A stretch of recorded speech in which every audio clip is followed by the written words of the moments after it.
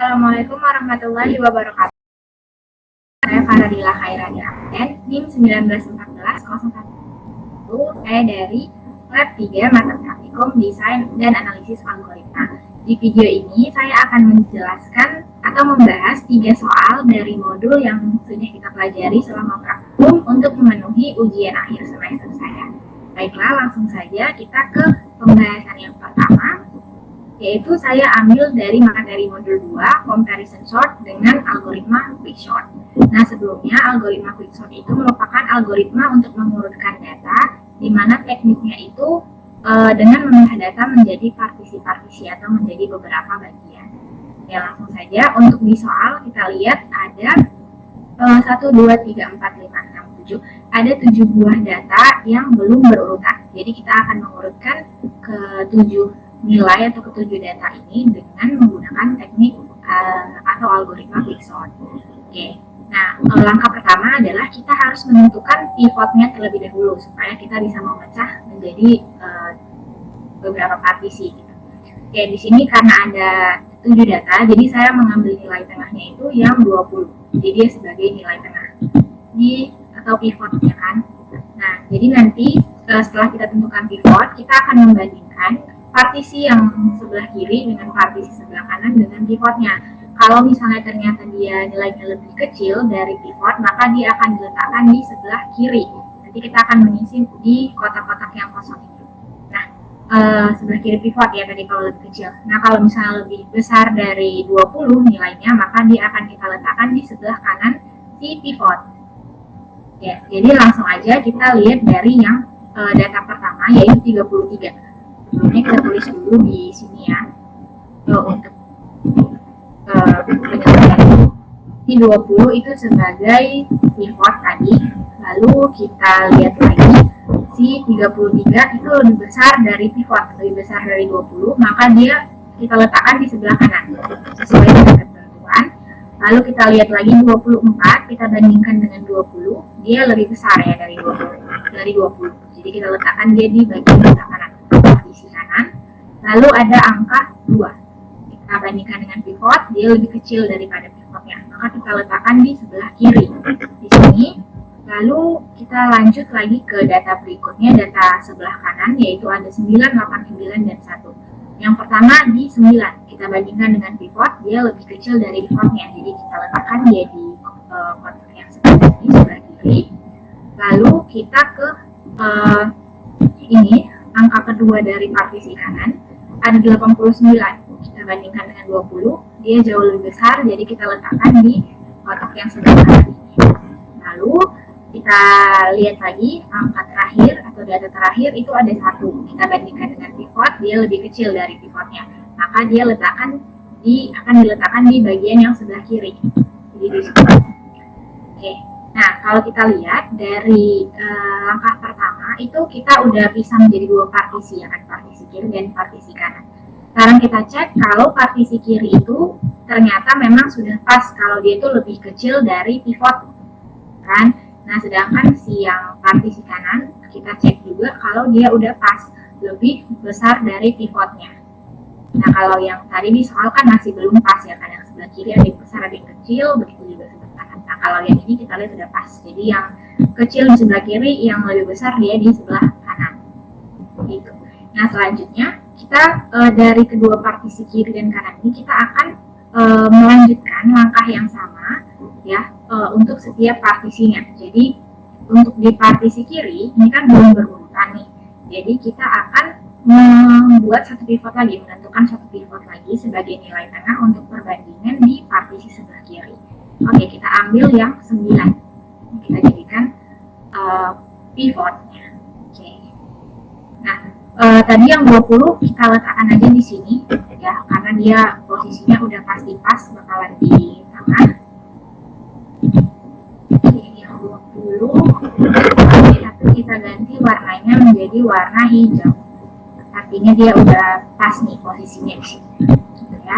Oke, lanjut tadi ke yang partisi sebelah kiri, kita bandingkan dulu nih yang 2 dengan pivotnya yaitu 9. Dia lebih kecil dari pivotnya. Tadi pivot, berarti dia 2 letaknya di sebelah kiri udah pas. Dan kita lihat lagi di yang data yang sebelah kanannya, yaitu 1 nilainya, kita bandingkan dengan pivot, ternyata dia lebih kecil dari pivot, maka harusnya letak dia adalah di sebelah kiri pivotnya, ya kan, berarti harusnya di sebelah sini. Oke, jadi ini kita mundurin aja, di sini pivotnya, dan satunya di sini. Ini tadi 9-nya adalah pivot, kita ganti warna merah. Oke, nah lanjut kita ke partisi yang sebelah kanan, di yang lebih besar dari pivot awal, yaitu pivot 20. Kita tentukan juga nilai tengahnya atau pivotnya, yaitu si 24. Nah, lanjut kita bandingkan setiap angkanya, ya. Jadi di nilai yang 30 titik ini kita bandingkan dengan 24, maka dia lebih besar dari pivotnya, pivot yang 24. Maka letaknya ada di, kita tulis dulu pivotnya, letaknya dia harusnya di sebelah kanan. Oke, lanjut ke yang 89, ya, nilai terakhir. Dia dibandingkan dengan pivot yang ini, itu dia lebih besar. Jadi harusnya letaknya di kanan sini, gitu kan. Jadi ini kita majukan aja. Di sini 23, terus yang 89 ini kita ganti. Ini tadi pivotnya 24. Pivot ke yang berikutnya, ya kan. Oke, nah sekarang kita lihat. Kemudian ini kan masih belum berurutan nih, ya kan. Untuk yang bagian kanan kita lihat udah berurutan. 24, 33, dan 89 posisinya udah selesai, jadi udah sesuai, kita ganti dia jadi warna hijau. Jadi ini kita nggak usah lihat lagi karena udah sesuai. Sekarang kita ke partisi yang kiri tadi, kita lihat masih belum pas, ya kan, masih belum berurutan. Jadi yang belum berurutan itu yang 1 sama 2, yang 9 udah pas, jadi kita ganti jadi warna hijau. Lalu kita tentukan lagi nih pivotnya. Karena cuma 2 data aja, kita bebas mau pilih pivot yang mana. Oke, kita pilih pivot yang 2 contohnya. Ini kita ganti warna merah dulu. Nah, kita bandingkanlah si data yang di sebelah kanan pivot 2 ini, ya, itu nilainya 1. Kita bandingkan dengan pivotnya, yaitu dia lebih kecil, ya kan, 1 lebih kecil dari 2. Maka harusnya letaknya ada di sebelah kanan, sebelah kiri pivot yang 2 ini. Jadi kita tinggal ganti aja posisinya, di sini jadinya yang 1, kemudian tadi di sini pivotnya 2. Oke, kita lihat kalau datanya semua udah pas, ya kan, udah berurutan, maka ini kita ganti jadi warna hijau. Nah, karena udah sesuai semua, maka inilah hasil pengurutan data dengan menggunakan algoritma Poisson. Oke, lanjut kita ke pembahasan yang kedua. Saya mengambil materi modul 3, yaitu graf traversal dengan algoritma depth first search atau singkatannya DFS. Nah, untuk cara kerjanya sendiri, jadi dia akan melakukan pencarian, algoritma ini akan melakukan pencarian ke seluruh anak dari sebuah tree, ya kan, graf. Lalu dia akan mencari ke node se-levelnya. Jadi langsung aja kita lihat ke gambar grafnya di sini atau gambar tree. Yang kita tahu kalau tree di dalam algoritma itu bentuknya terbalik, jadi akar atau rootnya itu dia berada di atas, sedangkan anak-anaknya itu akan berada di bawah. Jadi semakin ke bawah si node-nodenya ini tadi, node itu kan kayak titik gitu kan. Jadi semakin dia ke bawah, semakin tinggi sebenarnya level dari nodenya tadi. Karena dia bentuknya kebalik kan, yang tadi di atas itu akar. Jadi ini level terendah, kemudian makin ke bawah, maka levelnya itu semakin tinggi. Sedangkan kalau dia sejajar, artinya dia berada di level yang sama. Jadi kita lihat contoh, ini kan level 0 misalnya. Nah, yang kedua ini levelnya level 1. Kemudian yang 4 ini, anak yang kesini itu levelnya level 3. Level 2. Level 0, level 1, level 2. Baru yang paling bawah ini ada di level 3. Jadi dia semakin ke bawah, biasanya levelnya itu semakin tinggi.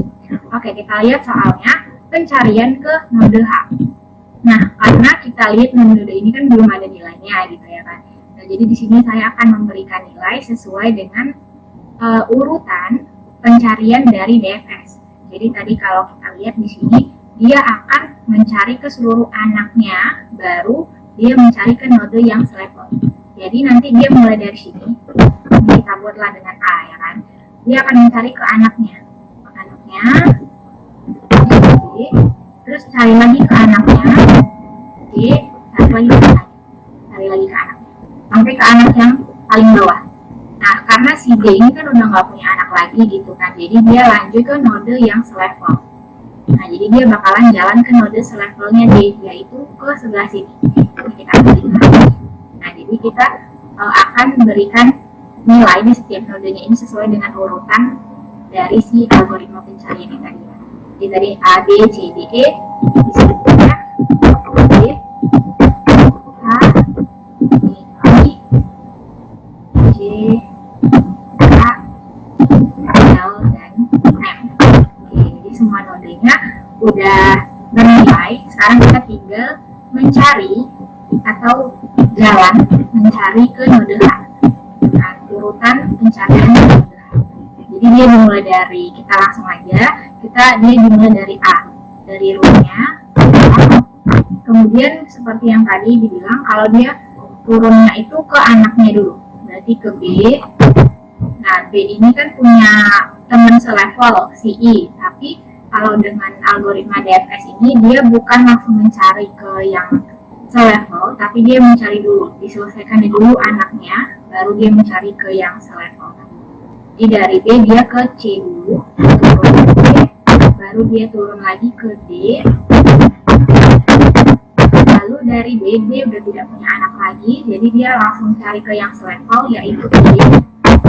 Baru dia dari B dia mau ke F, nanti nih dia naik ke C dulu, ke B, baru ke F.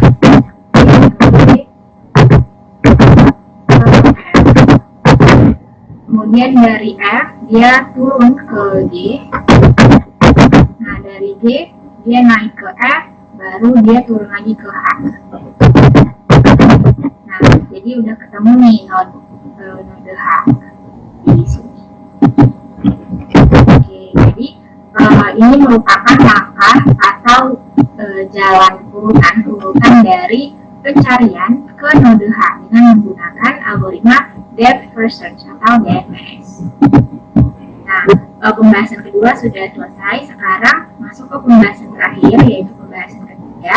Saya mengambil materi modul 5, yaitu minimum spanning tree dengan menggunakan algoritma reverse delete. Oke, di sini ada titik-titik ya kan, graf itu. Nah, untuk algoritma reverse delete sendiri itu adalah algoritma yang tujuannya untuk mencari jalan penghubung semua titik dengan jarak terkecil atau dengan jarak minimum. Jadi dia nanti akan menentukan jarak dari spanning tree yang ini dengan syarat setiap titiknya itu harus terhubung, nggak boleh ada titik yang tidak terhubung. Jadi harus saling terhubung. Nah, inilah yang akan menjadi soal yang akan kita bahas. Untuk langkah yang pertama, kita tentukan dulu urutan dari jarak-jarak ini tadi. Jadi kita urutkan dari yang paling besar ke yang paling kecil. Di sini saya membuat tabel supaya lebih mudah.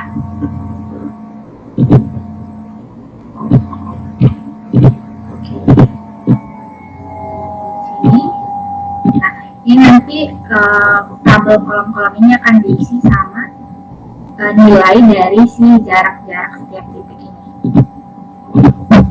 Kita urutkan dari yang paling terbesar menuju yang terkecil. Oke, kita lihat di sini. Kita lihat yang paling besar itu adalah si 15, jarak 15 yang paling besar. Nah, maka kita lihat ada 4 ya. Kita lihat dulu AC. Berarti di sini AC, kemudian ini yang sama 15 dulu ya, kita cari yang 15 dulu. 15 besar, ada AC, terus ada BD, kemudian ada CE, lalu ada DF. Ini yang nilainya 15. Lalu jarak kedua terbesar selanjutnya adalah yang nilainya 12. Ada AE dengan BF. AE dengan BF itu nilainya adalah 12. Lalu yang paling kecil itu ada si CD, jaraknya 7. Ini kita hapus. Setelah kita urutkan, kita akan melakukan delete atau hapus setiap ruas ini.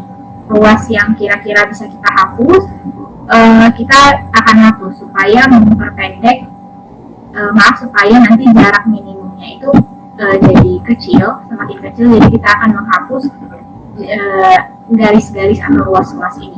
Nah, urutan penghapusannya itu sesuai dengan yang ini yang udah kita urutkan di awal tadi. Jadi kita hapus dulu dari yang paling kecil, dari yang paling besar ke yang paling kecil. Oke, kita lihat AC ini. Coba kita hapus AC. Dia bisa dihapus, kenapa? Karena titik A dan titik C ini masih ada garis penghubungnya, ya kan? Dengan titik lain, maka dia nggak masalah kita hapus. Nah, setelah kita hapus, nanti nilainya ini kita bisa jadi 0, karena udah nggak ada lagi kan garis penghubung atau ruasnya. Jadi nilainya diganti jadi 0. Kemudian kita lihat BD di sini. Nah, coba kita hapus BD.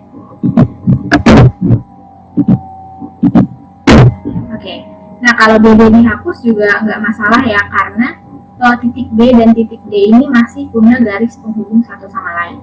Oke, jadi dia masih memenuhi persyaratan. Ini kita ganti jadi 0 nilainya. Lalu kita lihat lagi ke yang selanjutnya, CE. Nah, CE itu yang ini. Coba kita hapus penghubungnya, jalannya. Kalau CE kita hapus, maka nanti titik AE dengan titik CDFB ini nggak terhubung gitu kan. Nah, jadi dia tidak memenuhi syarat, makanya kita tidak boleh menghapus si CE. Karena kalau dihapus nanti syaratnya tidak terpenuhi, karena tadi syaratnya adalah semua titik harus terhubung gitu kan. Jadi ini tidak kita hapus, lalu kita lanjut ke DF. Ini coba kita hapus jalan penghubungnya. Kasusnya sama dengan si CE tadi. Kalau kita hapus, nanti yang bagian sebelah sini itu nggak terhubung sama si DF. Makanya kita tidak boleh menghapus jalan penghubung si DF, supaya tetap ada yang menghubungkan. Gitu. Jadi kita lewati yang ini, lanjut kita ke AE. Yang ini, coba kita hapus jalan penghubungnya. Nah, kalau dihapus, nanti si A ini tidak punya jalan menuju ke titik lain. Nah, jadi kita tidak boleh menghapus si AI. Jadi ini nilainya tetap 12. Lalu kita lanjut ke BF. Yang ini. Nah, seperti ini tidak bisa juga ya, karena kasusnya akan sama dengan KI. Nanti si B tidak punya jalan penghubung kalau dia mau ke titik yang lain. Makanya kita tidak boleh menghapus si jalan penghubung BF. Oke. Nah, yang terakhir lanjut kita ke CD. Kita cek CD, coba kita hapus. Nah, kalau kita hapus, titik AEC ini tidak akan terhubung dengan titik BFD. Jadinya kita tidak boleh menghapus garis penghubungnya, supaya tetap ada jalan yang menuju satu sama lain. Oke, nah karena udah sampai semua nih, udah sampai akhir dan nggak ada lagi yang bisa kita hapus jalan penghubungnya, maka inilah yang dikatakan jarak minimum atau jarak terpendek dari si spanning tree ini. Nah, sekarang kita tinggal tentukan aja berapa jaraknya dengan menotalkan semua ini. Kita totalkan aja, kita jumlahkan. Oke, di sini ya, kita tinggal menambahkan ini. 15 ditambah 15, 30, 12 tambah 12, 24, 24 ditambah 30, 54, 54 ditambah 7, 61. Nah, jadi jarak minimum yang kita dapat dari spanning tree ini dengan menggunakan algoritma reverse split adalah 61. Nah, kita dapetin nih, ini jarak minimumnya. Oke. Nah, karena ketiga soal sudah saya bahas, sudah saya selesaikan, maka sekian aja penyampaiannya. Terima kasih. Wassalamualaikum warahmatullahi wabarakatuh.